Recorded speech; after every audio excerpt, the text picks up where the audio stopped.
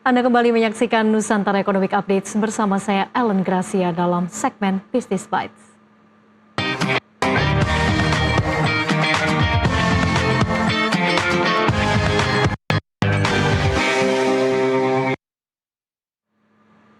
Menjelang akhir tahun, pemerintah memastikan ketersediaan pangan nasional dalam kondisi aman. Di tengah potensi kenaikan konsumsi hingga 2 digit, stok beras nasional diklaim cukup untuk menjaga stabilitas harga hingga awal tahun depan. Diketahui jelang akhir tahun, konsumsi pangan nasional diperkirakan meningkat 10 hingga 15%. Sementara itu, data terkini stok beras nasional saat ini atau Desember 2025 berada di kisaran 3,35 juta ton. Angka ini jauh di atas batas aman cadangan beras pemerintah yang berada di level 1,5 juta ton. Sepanjang tahun 2025, stok beras nasional bahkan pernah menyentuh 4,2 ton pada pertengahan tahun, menjadi salah satu capaian stok tertinggi sejak Bulog berdiri. Dari sisi produksi, pemerintah memproyeksikan produksi beras nasional tahun ini dapat menembus lebih dari 34 juta ton, meningkat dibandingkan tahun sebelumnya dan menjadi modal menuju target swasembada pangan.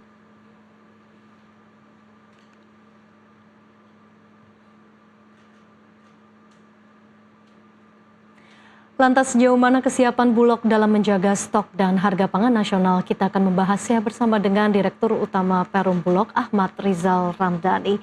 Pak Rizal, selamat siang. Selamat siang, Mbak. Selamat siang, Pak Rizal. Terima kasih sudah bergabung bersama kami di Nusantara Economic Updates. Pak Rizal, kita ini sudah memasuki akhir tahun ya, akan menuju ke tahun 2026, di mana biasanya kan permintaan dan juga konsumsi itu meningkat. Sejauh ini seperti apa stok ketersediaan pangan nasional khususnya beras? Baik, Mbak. Terima kasih. Assalamualaikum warahmatullahi wabarakatuh. Seluruh pemirsa Nusantara TV.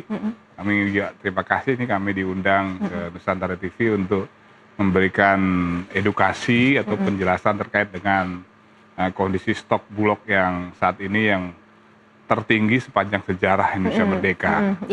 Mungkin dari sejak tahun 1969 berdirinya Bulog sampai sekarang ini, stok Bulog itu mungkin bisa dilihat di screen bahwa 2025 itu sempat di bulan Juni lalu tuh kami mencapai 4,2 juta ton. Oke. 42,2 juta ton ini yang tertinggi yang selama ini Bulog capai. Ini berkat kerjasama, sinergi, hasil dari panen para petani seluruh Indonesia, dan yang mana Bulog juga mendapat perintah dari Bapak Presiden untuk menyerap beras gabah para petani dengan kondisi inequality saat itu, dan alhamdulillah kita bisa mencapai penyerapan kami itu lebih kurang hampir 3,1 juta ton. Nah, sampai dengan hari ini per tanggal 20 ini Mbak ya, itu sampai totalnya adalah 3,35 juta ton. Dan ini kami yakinkan kepada seluruh publik nasional bahwa stok Indonesia aman untuk menghadapi yang pertama Mbak, Natal Mbak. Kemudian tahun baru. Kemudian nyambung lagi nanti Imlek Mbak. Tambah lagi nanti Ramadan dan nanti Lebaran Mbak di bulan Februari Mbak. Nanti. Liburannya back to back gitu ya Pak ya, dari bulan Desember sampai nanti Februari Maret ya. Waduh, ini kan maka stok, kenapa harus kita stokkan banyak? Kita mengantisipasi ini Mbak, untuk kegiatan yang betul-betul yang ada 5 kegiatan penting yang harus kami siapkan stok tersebut, ditambah lagi mohon maaf adanya kontingensi bencana alam yang ada di Sumatera Mbak. Ini kan kita juga di luar batas kemampuan kita kalau kita memprediksikan bencana. Syukur alhamdulillah kita punya stok banyak sehingga logistik itu betul-betul bisa terdorong dengan cepat kepada para korban-korban bencana. Demikian.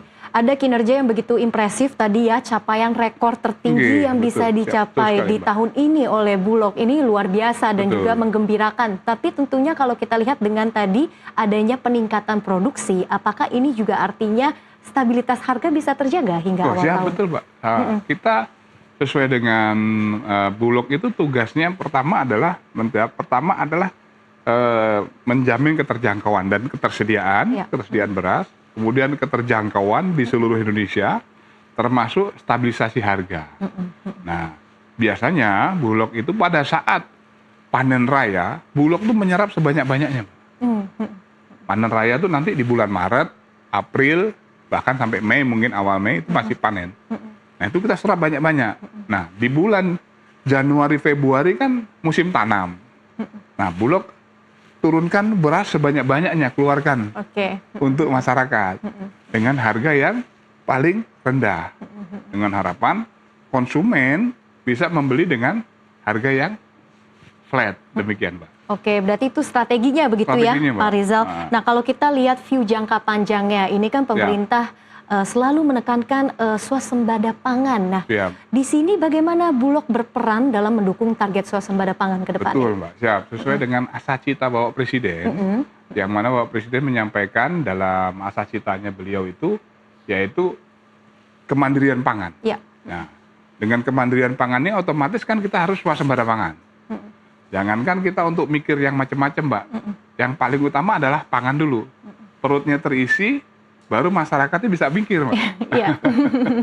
Jadi kaitan dengan mandirian pangan ini, sesuai dengan asasita beliau, maka kita diberikan target swasembada pangan.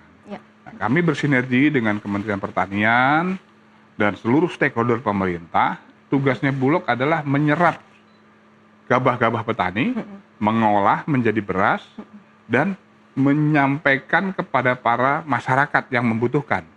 Dalam hal ini dalam bentuk bantuan pangan, kemudian beras SPHP, maupun beras komersial di lapangan. Ini kami sampaikan demikian. Oke, di sisi lain kita kan juga memang turut prihatin ya, begitu ya Pak, dengan adanya dampak bencana yang terjadi di Sumatera. Sejauh ini kemarin ini seperti apa urgensi dan juga sikap Bulog dalam juga membantu memberikan penyaluran beras dan juga distribusi di sana? Baik, seperti Mbak, terima kasih Mbak. Jadi kami dari Bulog memberikan quick response. Jadi respon yang secepatnya untuk memberikan pelayanan penyaluran beras bencana.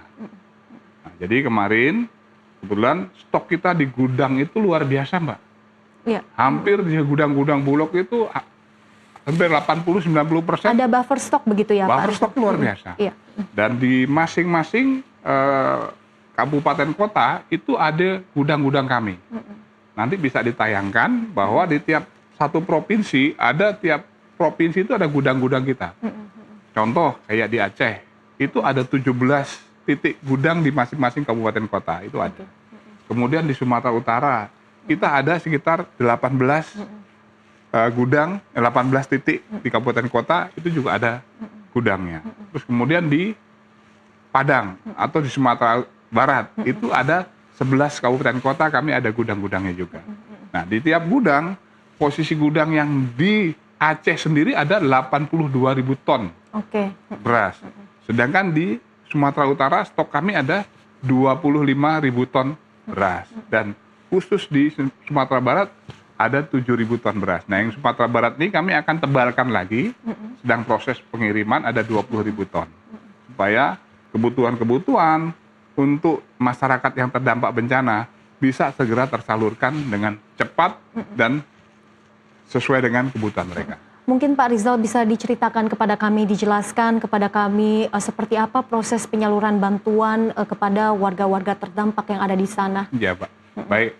Prosesnya kami sesuai dengan arahan dari Bapak Menteri Pertanian, Pak selaku Kepala Bappenas, kita memberikan suatu diskresi kemarin pada saat kejadian. Biasanya Mbak, alur penyampaian beras bantuan bencana itu masing-masing pemerintah daerah harus bersurat dulu ke Kepala Bappenas. Nah nanti setelah dapat respon dari Kepala Bappenas, ada tertulis, baru turun ke Bulog, baru bisa dikirim. Nah ini kita tidak lakukan ini Mbak, kita buat quick respon sesuai dengan petunjuk dari Bapak Menteri Pertanian, Kepala Bappenas, sambil ini surat berjalan, kami yang Bulog-Bulog daerah harus melayani Mbak, melayani kebutuhan masing-masing pemerintah daerah, kabupaten kota. Butuhnya 1.000, kita kasih 1.000. Butuhnya 500, kita kasih 500 ton. Sesuai dengan kebutuhannya, yang penting tertulis dan siapa yang bertanggung jawab untuk mengambil tersebut. Lebih cepat tanggap dan juga ya memang sifatnya memang quick response. Betul, begitu ya Pak Rizal ya. Orang bencana kan butuh makanan karena kan dia rumahnya tenggelam, dapurnya pun sudah hanyut, mohon maaf. Jadi harus segera kita support logistiknya demikian. Tentu kita turut prihatin juga ya begitu ya Pak Rizal. Kita akan lanjutkan dialog kita nanti di segmen berikutnya. Pemirsa, Nusantara Economic Update akan kembali usai jeda.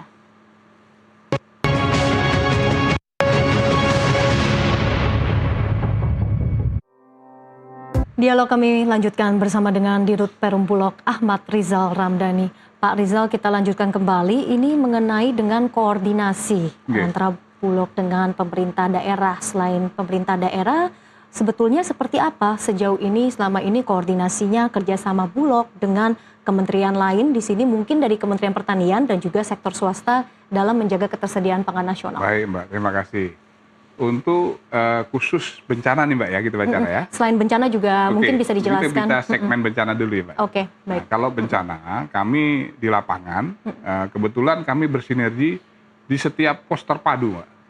Di masing-masing provinsi, semua pimpinan wilayah kami beserta jajaran, itu masuk dalam pos tergabung dalam pos terpadu tersebut. Di sana ada BNPB, ada TNI, ada Polri, ada pemerintah daerah dan Bulog di sana. Nah, ini bersinergi dan kami sudah instruksikan kepada seluruh pimpinan wilayah dan cabang, khusus yang di daerah bencana, di setiap bandara, baik yang ada di Banda Aceh, kemudian yang ada di Sumatera Utara, di Medan, kemudian yang ada di Padang, itu kami stokkan beras di bandara minimal 20-50 ton, Mbak. Apabila ada keperluan-keperluan yang harus cepat dikirim menggunakan helikopter ataupun pesawat, itu segera kita naikkan dan langsung kita kirim ke titik-titik yang membutuhkan. Itu yang di bandara, Mbak. Kemudian yang di pelabuhan, pelabuhan-pelabuhan seperti di Belawan, Teluk Bayur, sampai dengan yang ada di Banda Aceh, itu juga kami siapkan di tiap-tiap pelabuhan, kami stokkan 20-50 ton. Tujuannya apa? Apabila ada kapal-kapal yang segera butuh untuk diberangkatkan mengirim logistik, kita dorong. Dan kami sinergikan, Mbak, dengan khususnya teman-teman TNI Angkatan Laut, kemarin kami dibantu untuk mengangkut beras yang kapasitasnya cukup besar, di atas 20.000 ton. Kami dibantu oleh Bapak Kasau. Kemudian oleh Bapak TNI AU, oleh Bapak Kasau, kami dibantu dengan helikopter, Mbak, untuk ngirim-ngirim ke titik-titik yang seperti yang di Bener Meriah, Takengon, kemudian di Tamiang, ditambah lagi yang di Agam, termasuk juga kemarin yang di Sibolga. Kita dibantu dengan heli-heli dari TNI AU. Dan untuk yang dari Angkatan Darat, kita didorong boleh truk-truk, bahkan kendaraan-kendaraan angkut dari Kodim, dari batalion, untuk mendorong ke kecamatan, ke desa-desa, bahkan seperti itu, Mbak. Demikian. Oke. Artinya di sini ada upaya kerjasama secara kolektif begitu ya untuk memberikan bantuan kepada saudara-saudara kita, masyarakat yang terdampak bencana di Sumatera tadi. Nah, sejauh ini selama ini selain respon bencana, bagaimana Bulog memastikan distribusi pangan ke daerah-daerah terpencil misalnya Pak atau wilayah terpelosok? Ya, terima kasih. Tadi seperti saya jelaskan tadi, kami bersinergi dengan seluruh stakeholder, TNI Polri, Pemda dan sebagainya. Karena kami kan tidak punya armada, Mbak. Armada khususnya udara dan laut ya, Mbak ya. Makanya kalau darat kita punya truk juga punya, namun kan terbatas juga. Karena kondisi akses di Aceh, Sumut dan Sumbar ini banyak yang putus-putus. Nah, setahu kami yang putus-putus ini menggunakan heli atau naik pesawat ataupun menggunakan kapal. Ini yang kami lakukan seperti itu, Mbak. Nah, kemudian bantuan-bantuan ini juga sesuai dengan kebutuhan yang diinginkan oleh masing-masing kabupaten kota, bahkan kecamatan. Kami dorong sesuai dengan permintaannya berapa butuhnya, kita dorong. Berapapun yang diminta kami berikan, Mbak. Jadi kita nggak tahan-tahan ini. Kita yang diminta berapa kita kasih. Bahkan kita perintah dari Bapak Presiden, stok itu harus dilipat gandakan. Supaya sewaktu-waktu, karena penanganan bencana ini kan nggak mungkin hanya sebulan 2 bulan, Mbak. Iya. Ini bahkan tahunan. Makanya stok kita lipat gandakan, kami tambahkan 2 kali lipat minimal di masing-masing kabupaten kota maupun provinsi, demikian. Jadi secara garis besar skemanya juga masih sama ya begitu ya, walaupun selain tadi dari respon bencana dan juga ke wilayah terpelosok terpencil, tadi juga sudah disebutkan hambatan-hambatannya memang dari sisi infrastruktur dan juga transportasi ya. Pak Rizal. Nah, kalau dari sisi operasi, adakah tantangan logistik yang juga dihadapi mungkin di akhir tahun ini karena mengingatkan ada risiko cuaca ekstrim begitu Pak Nggih, Rizal. Mbak, siap. Terima kasih. Jadi perlu kami laporkan, selain kami ini sekarang fokus dengan bencana, kami juga fokus terkait dengan kesiapan Nataru, Mbak. Khususnya saudara-saudara kita yang di Indonesia Timur, Ya. kayak di Papua, di Maluku, Sulawesi Utara, di NTT. Ini kita berikan dukungan ini, Pak. Kemarin kami dengan Bapak Wakapolri, dengan Pak Menteri Pertanian, kami tanggal 7 Desember lalu, kami laksanakan kegiatan yang namanya Gerakan Pangan Murah Serentak se-Papua Raya. Oke. Se-Papua Raya. Kami lakukan ini pendorongan logistik sampai ke ketinggian-ketinggian di Lani Jaya, Intan Jaya, bahkan sampai dengan Merauke dan lain sebagainya. Penyaluran ini dengan bantuan beras SPHP, Mbak. Kami stokkan di masing-masing Polres dan Kodim itu ada 10 ton. Tujuannya apa? Supaya nanti di Papua acara Natal Tahun Baru stoknya tersedia. Nah, termasuk juga nanti dalam waktu dekat tanggal 23 kami dengan Pak Menko Pangan, kami juga akan laksanakan gerakan pangan murah serentak se-Nusa Tenggara Timur. Nah, direncanakan di Kupang, Pak, rencana kami. Termasuk juga nanti yang di Maluku Utara, mungkin dalam minggu ketiga bulan Desember ini kami laksanakan juga. Dalam program itu mungkin bisa digambarkan kepada kami begitu ya Pak Rizal, seberapa antusias masyarakat di sana? Oh, siap, Mbak. Kemarin pada saat kita memberikan pengiriman bantuan tersebut ataupun pengiriman beras SPHP tersebut, karena beras SPHP ini adalah beras yang paling murah. Paling flat dari seluruh beras. Karena mohon maaf, di Papua itu beras memang agak mahal, Mbak. Di Papua itu agak mahal. Nah, dengan datangnya beras SPHP itu mereka senang sekali. Harganya separuh dari harga-harga biasa. Sehingga memperingan ibu-ibu terutama yang mau menyiapkan Natal dan Tahun Baru di Papua, demikian. Jadi terbantu sekali begitu ya, betul, Pak, dengan program tadi. Nah, kalau kita lihat dari mungkin kondisi cuaca di akhir tahun, kemudian juga di tahun depan, ini kan kita tidak tahu memang risiko cuaca ekstrem ini masih membayangi global begitu ya, kemudian produksi dalam negeri dan juga mungkin ekonomi. Nah, indikator apa yang mungkin diperhatikan oleh Bulog dalam menjaga ketersediaan dan juga stabilitas harga pangan untuk tahun depan seperti apa?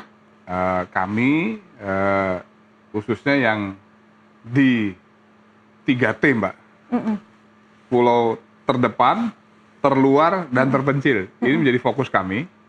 Menjelang Natal, Tahun Baru, sampai nanti mau Lebaran itu, jadi kita dorong semaksimal mungkin dorongan. Dengan harapan, kalau itu berasnya sampai ke yang 3T ini, insya Allah harga-harga tetap stabil, Mbak. Kemudian kami juga bersinergi dengan teman-teman Polri, khususnya Satgas Pangan. Satgas Pangan juga kami ucapkan terima kasih, supportnya dari Satgas Pangan yang luar biasa selama ini, khususnya adalah untuk mengendalikan harga. Dalam arti, mohon maaf, ada oknum-oknum yang masih nakal, yang jual di atas HET dan lain sebagainya, sudah ditertibkan oleh teman-teman Satgas Pangan yang tergabung dalam Satgas Pengendalian Harga, Mbak. Jadi Pak Mentan, sekaligus Kepala Bappenas, membuat tim namanya Satgas Pengendalian Harga. Nah, ini terlibat dari jajaran Polri, kemudian kami sendiri Bulog, kemudian juga ada Bappenas, termasuk juga TNI sebagian. Fokus ke 3T begitu ya? Ya, 3T dan daerah-daerah yang kira-kira yang sulit dijangkau, Mbak, ini. Dan juga memperkuat koordinasi tadi. Betul, ya. Gitu.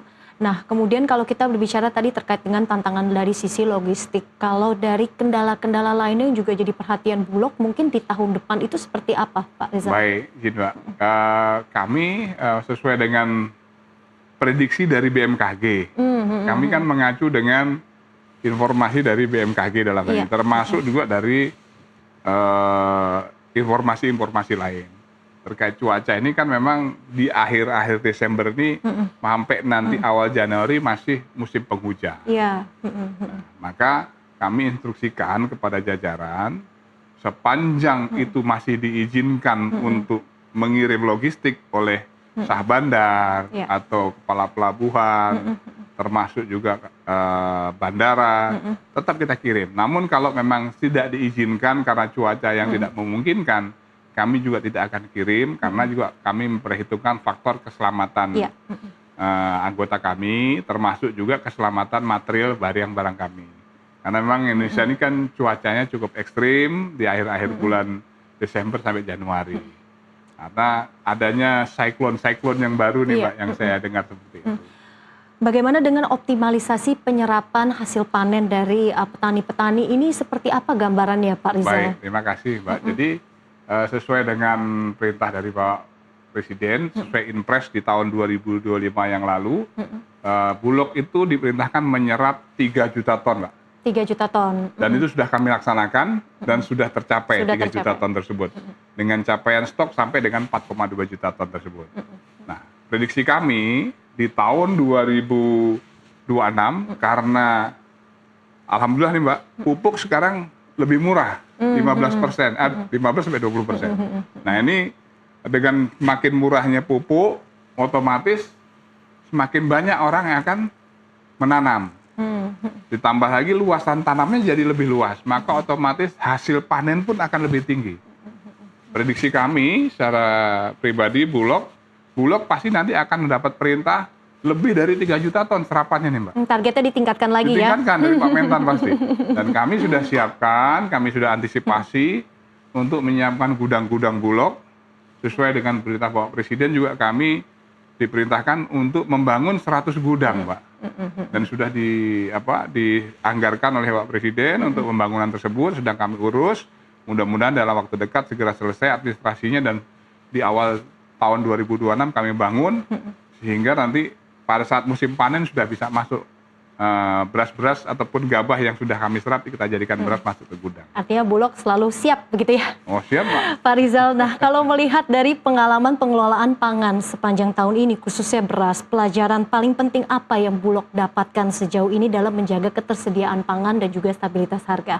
Baik Mbak, jadi kami selaku Bulog, yang menantang dari kami adalah mengelola beras ini Mbak. Mengelola beras in out-nya Mbak. Jadi kita gunakan yang biasa dulu aturannya adalah first in first out. Nah tujuannya apa? Supaya beras yang kita kelola ini umurnya panjang. Nah supaya umurnya panjang itu harus dengan pemeliharaan yang baik. Nah kita pemeliharaan itu ada beberapa tingkatan Mbak. Tingkatan pertama adalah pemeliharaan harian, pemeliharaan mingguan, pemeliharaan bulanan, triwulan, bahkan semester Mbak. Sampai dengan kegiatan-kegiatan fumigasi dan lain sebagainya. Supaya beras-beras yang Bulog kelola ini umurnya panjang, sehat, higienis, dan layak untuk dikonsumsi oleh masyarakat. Demikian. Baik, terakhir mungkin Pak Rizal, seperti apa harapan pribadi Pak Rizal dan juga tentunya Bulog dalam menghadapi dan juga nantinya optimisme swasembada pangan tanah air, dan khususnya pemerintah ini kan selalu fokus terhadap hilirisasi, seperti apa? Baik, terima kasih Mbak. Jadi kami dari Bulog menghimbau kepada masyarakat tanah air dengan kondisi stok Bulog yang mencukupi, jadi masyarakat tidak perlu bimbang dan ragu dengan kondisi stok yang berlimpah ini. Bulog akan memberikan pelayanan yang terbaik kepada masyarakat. Pelayanan yang terbaik, memberikan penyaluran yang terbaik, dan menjaga kondisi beras supaya tetap baik dan layak untuk dikonsumsi oleh masyarakat. Baik, tentunya tadi sudah banyak disampaikan oleh Pak Rizal berbagai komitmen yang akan dilakukan Bulog dalam menjaga ketersediaan pangan nasional, dalam hal ini beras dan juga stabilitas harga, serta juga mendukung pemerintah dalam mencapai swasembada pangan. Pasti, Mbak. Terima kasih Bapak Ahmad Rizal Ramdhani selaku Dirut Perum Bulog telah bergabung bersama kami di Nusantara Economic Updates pada siang ini. Mbak. Sehat dan sukses selalu Pak Rizal. Makasih Mbak. Terima kasih. Dan pemirsa, dialog tadi sekaligus menjadi penutup perjumpaan kita hari ini. Ekonomi bukan sekedar angka, tapi nafas kehidupan kita semua. Dari pasar tradisional hingga industri digital, dari rakyat kecil hingga kebijakan besar, semua saling terhubung. Saya Lenggracia pamit undur diri, sampai jumpa. Pak Rizal.